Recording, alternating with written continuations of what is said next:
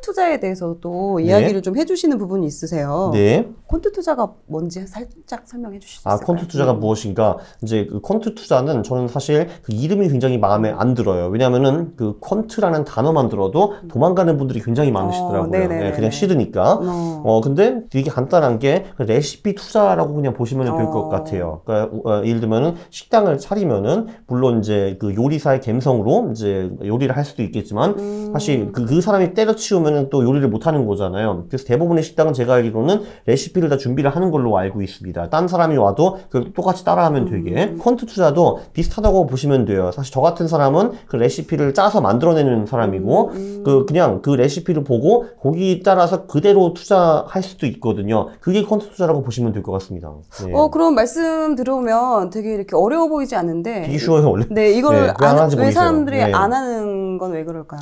저도 그거에 대해서 고민을 좀 이제 많이 해봤는데, 일단, 재미가 별로 없습니다. 이게 직접 개별주를 개발하고 사고 팔고 하면 그 스릴이 있고, 뭐 올라가는 거 보고 내려가는 거 보고 굉장히 재밌잖아요. 그래서 이제 저는 이제 늘, 그 투자에는 두 개의 초이스가 있다고 합니다. 재미없게 퀀트 투자로 돈을 벌지, 아니면 재미있게, 당신이 하는 대로 해서 돈을 잃을지, 이제 그거를 선택하라라고 하죠.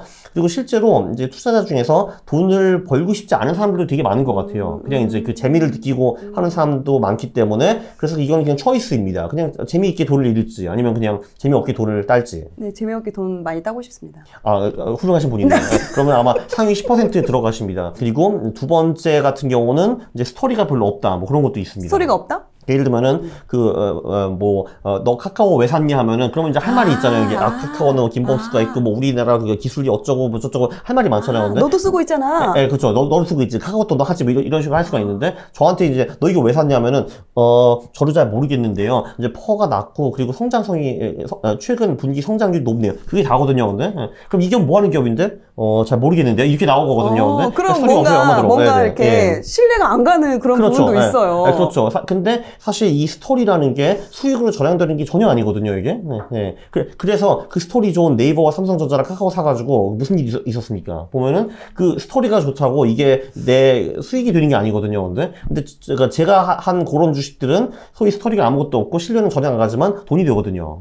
이런 데서 심리적인 거부감이 오는 것 같아요. 스토리가 있다 없다 뭐 이런 거. 네. 맞습니다. 그리고 재미가 있다 없다. 네. 저 같은 경우도 삼성전자 주주인데 네. 그걸 왜 샀으면 다 쓰잖아, 좋잖아 이런 그게 게 돈이 아니잖아요, 이게. 네, 죄송합니다. 그쵸, 마이너스가 네. 좀 되고 있는 상황이라서. 네, 맞아요. 스토리하고 수익하고는 상관이 없다. 상관이 전혀 없다. 그렇죠. 오히려 대부분의 경우 스토리가 굉장히 좋은 기업의 수익이 더 안 좋을 경우가 되게 많죠. 왜냐면은 그 스토리 라인이 많이 알려져 있으면은 그러면 그 나만 하는 게 아니잖아요, 그 스토리를. 그래서 이미 많은 사람들이 그거 사가지고 주가가 많이 올라가 있을 가능성이 굉장히 크죠. 그렇다면 지금 이제 손실을 좀 줄일 수 있는 방법으로 어떤 뭐 자산 배분 투자 방법 중에 하나라든지 어떤 걸 좀 말씀해 주실 수 있을까요? 그렇죠. 요 책에 보면은 한국형 올레더라는 전략이 나옵니다. 네. 그게 뭐냐 하면은, 자산을 주식, 채권, 그리고 금에 나눠서 투자를 하는데, 그 비중은 주식이 35%, 그리고 채권이 50%, 그리고 금이 15%였고요. 여기서 중요한 거는 한국과 미국, 으로 이제 나눠서 투자를 한다. 그러니까 주식도 50% 한국, 50% 미국, 그리고 채권도 50% 한국, 50% 미국 이렇게 나눠서 투자하는 것이 한국형 올레더 전략입니다. 전부 ETF에 투자를 하는 건가요? 그렇죠. 한국형 올레더는 보통은 이제 ETF에 투자를 하는데, 근데 거기 있는 주식 비중을 퀀트 전략으로 써가지고 개별주를 갖다 넣으면은 수익을 더 높일 수가 있고 최대 손실은 그 얼추 비슷한 수준에서 머물 수 있습니다. 그리고 또 퀀트 연구 포트폴리오라고 또 있더라고요. 연구 포트폴리오. 그것도 자산 배분 전략 중에 하나인데요. 그거는 자산을 주식, 채권, 금, 현금 이렇게 4등분해서 투자하는 전략입니다. 그게 사실 제일 심플한 포트폴리오죠. 그거는 그럼 비율을 똑같이 이렇게 나누는 건가요? 그렇죠. 네. 그 장점이 많은데 왜 안 하는가에 대해서 또 나왔는데 진짜 저는 이제 퀀트 투자를 하면서 이런 느낌이 들어요. 그러니까 알파고는 다 알 거 아니에요, 사람들이. 근데 이제 그 바둑 바둑대회에 들어가면은 알파고를 가져갈 수 있을까요? 없을까요? 당연히 안 되죠. 그죠? 그거는 부정행위잖아요. 네. 근데 저는 진짜 퀀트가 이제 알파고 비슷하다고 저는 생각을 하거든요. 근데 되게 웃기는 게 이건 이제 비유를 하면 이런 것 같아요. 바둑대회 걸리고 우승 상금이 10억인데 그 이제 심판이 그런 거, 야 여러분 이 대회에서는 컴퓨터 써도 됩니다라고 하는데, 근데 저 혼자만 알파고를 들고 들어가고 나머지 99명은 에이 컴퓨터가 무슨 바둑을 둬, 이게 말이 되냐 하는 것 같아요. 그래서 저 혼자서만 알파고를 쓰는 것 같아요, 진짜 퀀트를 하면은. 충분히 쓰면 더 이길 수 있는데. 아니 쓰면은 수익이 계속 나는데 딴 사람들이 이제 그거를 어떻게 컴퓨터가 주식을 합니까? 이런 식으로 하는 것 같아요. 그래서 이게 사실 그냥 어느 정도 팩폭이냐 하면은 제가 이제 제 유튜브 채널에 그 왜 사람이 원숭이보다 투자를 못하는지라는 영상을 올렸어요. 그래서 어떤 제가 금융회사에 가서 제가 그 말을 했는데 거기 이제 본부장이 뭐라고 하셨냐면은 우리가 옛날에 그런 테스트 한번 해봤다고, 이제 전문가 2명을 데려와가지고 그 닭이랑 싸움을 시켰대요. 그러니까 네. 이제 그 두 사람이 주식을 찍고 닭도 이제 꼬꼬댁 하면서 주식을 찍는 프로그램을 한번 했다고 하는데, 첫째 주간에는 닭이 2대0으로 이겼고요. 그 두 번째 주간에는 한 전문가가 그래도 거의 닭과 비슷한 수익을 냈다고 하더라고요. 그래서 결국은 닭이 3승 1무로 승리했어요. 그 후에 그 프로그램이 중단이 됐대요. 전문가 입장에서 쪽팔리잖아요. 와가지고 뭐 추천했는데 닭한테 계속 져버리면은. 네. 근데 이게 놀라운 거는 대부분 투자자들은 그 전문가들보다도 투자를 더 못한다는 거죠. 아무래도 거기에 쓰는 시간이나 에너지가 적을 수밖에 없죠. 그렇죠. 그래서 이제 이 수익 피라미드를 보면은 피라미드 맨 위에 닭이 군림을 하고 있고 그 밑에 전문가, 그 다음에 일반 투자자 이렇게 되어 있는 거거든요. 그래서 이제 사실 냉정하게 말해서 대부분 투자자들의 투자 실력은 닭보다 떨어져요, 사실은. 네. 그러면은 아무래도 손실을 그만 줄일 수 있고 수익을 올릴 수 있는 거는 특히나 일반인 같은 경우는 자산 배분 투자를 좀 더 해야 되는 부분이 그렇죠. 크겠네요. 자산 배분과 비슷한 소위 이제 그 룰이 다 짜여져 있는 그 레시피 투자를 하는 게 그 어떻게 보면은 닭을 넘어갈 수 있는 유일한 길이라고 저는 생각을 합니다. 네. 그러니까 인간이 그 닭 수준까지 못 가거든요, 대부분의 경우. 그래서 이제 그거보다 높이 갈 수 있는 방법은 이미 검증된 레시피를 통해서 투자를 하는 거. 네, 그렇게 보고 있습니다. 자산 배분도 그 중에 하나입니다. 그럼 올레더 이제 포트폴리오에 대해서도 한번 조금 더 이야기를 이제 들어보면은 그 네. 비중을 이제 말씀을 해주셨잖아요. 채권에 예. 50, 주식에 35, 그리고 금에 15. 예. 근데 요걸 이제 미국과 한국 걸로 이제 절반씩 나눈다. 네, 그렇습니다. 이렇게 말씀하셨는데, 네. 요게 이제 시간이 지나면 수익률이나 이런 게 좀 달라질 수 있잖아요. 그렇습니다. 네. 그럼 그거 수익률이 달라졌을 때는 그 비중을 또 다시 조절을 해야 되나요? 네, 한 1년에 한 번 정도 비중을 맞춰주면 되는 겁니다. 네, 그 말은 반대로 뭘 의미하냐면은 정말 저 한국형 원래대만 한 사람은 1년 동안 할 게 아무것도 없다라는 거거든요. 네, 그 지루함과 아무것도 안 하는 걸 참지 못하는 투자자들도 굉장히 많습니다. 이것도 어떻게 보면은 그 퀀트 투자를 안 하는 이유 중에 하나가 되겠죠. 너무 투자하는 느낌이 안 들어서. 그렇죠. 그래서 사실 뭐 저 같은 경우도 그 개별주 같은 경우는 지금 10월, 11월, 12월에 나눠서 투자한다고 하고 네네. 그거를 4월에 팔 거거든요. 그다음 또 거의 몇 달 동안 또 아무것도 안 할 거거든요. 그래서 제가 실제로 투자를 해가지고 사고 파는 구간은 며칠밖에 안 되거든요. 투자를 유사 카지노라고 보는 경우가 굉장히 많거든요. 그 스릴을 느끼기 위해서. 그래서 그거를 못 버티는 분들도 굉장히 많습니다. 어떻게 보면 또 심리적인 부분도 상당히 많이. 그렇죠. 왜냐면 이게 좌지우지하네요. 그냥 굉장히 재미없게 돈을 버는 방법이거든요. 네. 그렇다면 이 올레더 포트폴리오를 그 최소 어느 정도 얼마가 있으면 요거를 할 수 있을까요? 100만 원이면 되죠, 뭐 그냥. 네. 네. 100만 원도 사실 필요 없고 몇만 원, 10만 원 정도만 있어도 될 겁니다. 네. 안 될 건 없죠. 네. 뭐 25,000원씩, 뭐 5만 원씩 이런 그렇죠, 식으로 맞아요, 나눠서. 맞아요. 그렇죠, 그렇죠. 네. 그러니까 시도를 그렇게 해보는 거죠. 그러면서 네, 그렇죠. 네. 시간이 지나면서 돈이 생기면은 거기에 더 이제 붙는 식으로. 그렇죠. 왜냐면 뭐 처음에 100만 원으로 투자를 해가지고 영원히 그 100만 원만 가지고 투자를 하지 않을 거 아니에요. 그렇죠. 그래서 월 300만 원 받는 직장인들도 당연히 충분히 쉽게 할 수 있습니다. 네. 이게 투자라는 게 제가 보기에는 가장 중요한 게 실현인 것 같거든요. 실현? 실현. 그러니까 한마디로 이렇게 그냥 방송만 보고 그렇구나 하고 투자 안 하시는 분들도 굉장히 많잖아요. 맞아요. 그래서 네. 일단 들어가 보라는 거죠, 이게. 네. 그렇죠.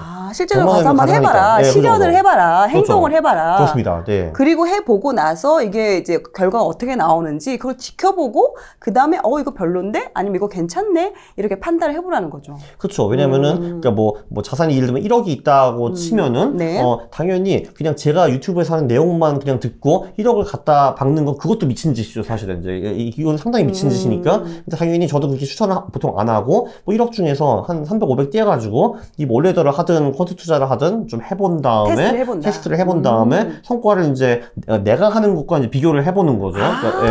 그러니까 왜 그 본인이 뭐 하고 있는 그 뭐 다른 그 뭔가가 있을 거 아니에요, 근데 그럼 비교를 한 다음에 그럼 수익을 뭐 3개월, 6개월, 1년 후에 얼추기서 비교를 해보는 거죠. 그래서 이쪽이 낫네 하면 이쪽 비중을 좀 더 높이고 아니네 그 내 기존 방식이 낫잖아 하면은 퀀트 꺼져 이렇게 할 수도 있는 거죠, 그게. 근데 어차피 해보시면은 결국 퀀트 전략의 수익이 본인의 그 딴 전략보다 수익이 어차피 계속 월등하게 높을 거기 때문에 이쪽 비중이 점점 더 커질 수밖에 없습니다. 네. 그렇죠. 그러면 이거를 저희가 이제 저 같은 경우도 지금 막 이제 해본다고 하면은 어떻게 어디서 사서 어떻게 해야 되는 거죠?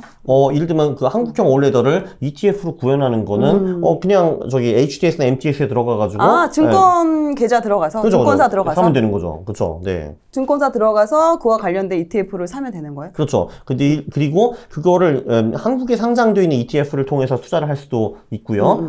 그리고 미국에 상장된 ETF를 통해서 할 수도 있는데 그러니까 미국 주식을 어떻게 사는지 모르겠다라고 하면은 그 당장 그 증권사랑 연락을 해가지고 나 한국 주식 하는데 나 미국 주식 사고 싶어. 어떻게 하는지 알려줘. 원격 다 해줘 하면은 다 해줍니다. 그거 당연히. 그러면은 알아서 다 깔아줘요. 그러면 이제 여기 비밀번호 누르세요 하면 눌러주고 이렇게 하면 돼요. 네, 굉장히 간단합니다.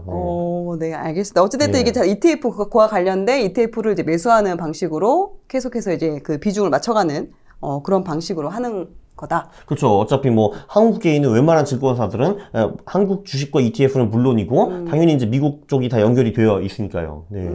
그럼 금 투자하는 것도 ETF로 하는 그렇죠. 건가요? 예. 금 같은 경우는 제가 알기로는 무슨 뭐 KLX 뭐 금 거래소 이런 게 있다고 들었거든요. 거기를 통해서도 할 수 있을 것 같아요. 왜냐면은 제가 알기로는 거기서 양도 차익이 나면은 세금을 안 낸다라고 저는 들었거든요. 근데 예를 들면 뭐 금 ETF를 사면은 거기서 수익이 나면은 세금을 낸다고 들었어요. 그래서 그냥 그런 거를 보면은 그 KLX 금 거래소 거기다가 계좌를 터가지고 투자하는 게 가장 심플할 것 같은데 너무 귀찮고 모르겠다 하면은 그냥 금 ETF를 사도 됩니다. 네. 그런 게 지금 다 그 증권사 앱에 들어가면 다 살 수 있다. 그렇죠. 네. 금 같은 경우는 제가 금 선물 ETF도 있고 금 현물 ETF도 있고 다양한 ETF들이 있는 걸로 알고 있습니다. 그렇다면 지금 또 방금 전에 퀀트 연구 포트폴리오도 말씀해 주셨잖아요. 네네. 퀀트 연구하고 이 올레더하고 두 개 중에 수익률은 어느 게 더? 그게 낫나요? 그 올레더가 뭐 미세하게 나은 것 같기는 한데 사실 큰 차이 있는 건 아닙니다. 네.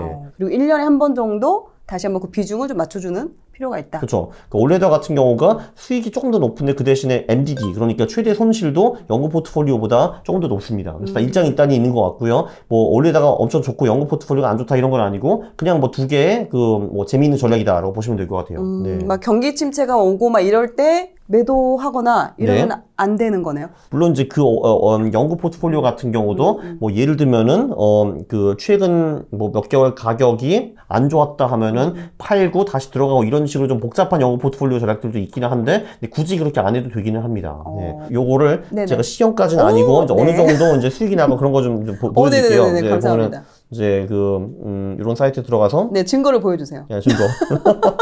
네, 그렇죠. 보면은 이게 이제 최근 50몇 년 결론이 여기 나오거든요.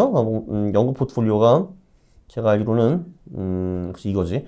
여기 가보면은 요거를 이렇게 해서 이렇게 하면은 이게 최근 52년 결과예요. 1970년부터 2022년까지. 보시다시피 포트폴리오가 상당히 아름답게 우상향하는 모습을 볼 수가 있습니다. 이게 이제 25% 금, 25% 미국 주식, 25% 미국 국채, 25% 현금 요 포트폴리오거든요. 여기에 그 퀀트 연구 포트폴리오. 예, 맞아요. 연구 포트폴리오라는 그 투자 전략입니다. 보면은 이제 연봉 수익이 8.3% 정도 나왔고 최악의 순간이 깨진 게 15.6% 깨졌다라고 나오고요. 언제 어느 정도 깨졌나도 이렇게 볼 수가 있어요. 보면은 올해가 가장 안 좋았어요, 이 전략이. 그러니까 올해 15% 털렸고 10% 이상 터진 구간이 한 번, 두 번, 세 번, 네 번 정도 있네요. 50년에 네 번 정도. 그래서 이 전략이 손실이 없는 거는 당연히 아니지만 그래도 이 기간에 그 주가 지수가 반토막 난 적도 몇 번 있었거든요. 그거를 꽤 꿋꿋이 잘 버텼다 정도로 볼 수 있을 것 같습니다. 네. 올해도 손실이 나긴 났지만 확실히 주가 지수보다는 좀 덜 떨어졌죠. 이 보면은. 네.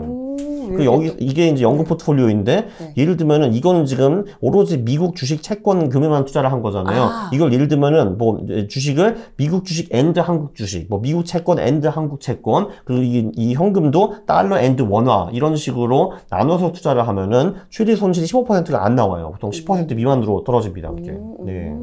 어떻게 보면 그 위험도 분산할 수가 있겠네요. 우리나라 그렇죠. 주식, 우리나라 채권에만 투자를 한다면 네. 우리나라 시장에 되게 영향을 많이 받아서 그렇죠. 훅 꺼질 수가 있는데 이게 이제 미국 자산, 미국 주식, 채권 이걸 섞다 보니까 아무래도 우리나라가 좀 부진해도 미국이 좀 잘 나가면 어느 정도 이게 또 상세가 돼서 수익을 좀 더 낼 수 있는. 그렇죠. 그 예를 들면 올해 같은 경우는 그 주식이랑 채권이 전 세계적으로 다 좀 부진하긴 했는데 근데 그 대신에 그나마 좀 잘 나갔던 게 달러화였거든요. 물론 달러화도 요즘 좀 빠지긴 했지만 그래서 결론적으로는 그 달러에 투자를 하면은 그 주식과 채권이 부진할 때 어느 정도 수혜를 받을 수가 있는 거죠. 네. 그렇기 때문에 원화와 달러에 분산 투자를 하라라는 겁니다. 그리고 예컨대 한국이 완전히 망가지는 경우, 예를 들면 IMF라든지 금융위기 이럴 때도 달러가 막 치솟거든요. 네. 그러면 그걸로 이제 포트폴리오의 충격을 많이 완화할 수 있죠.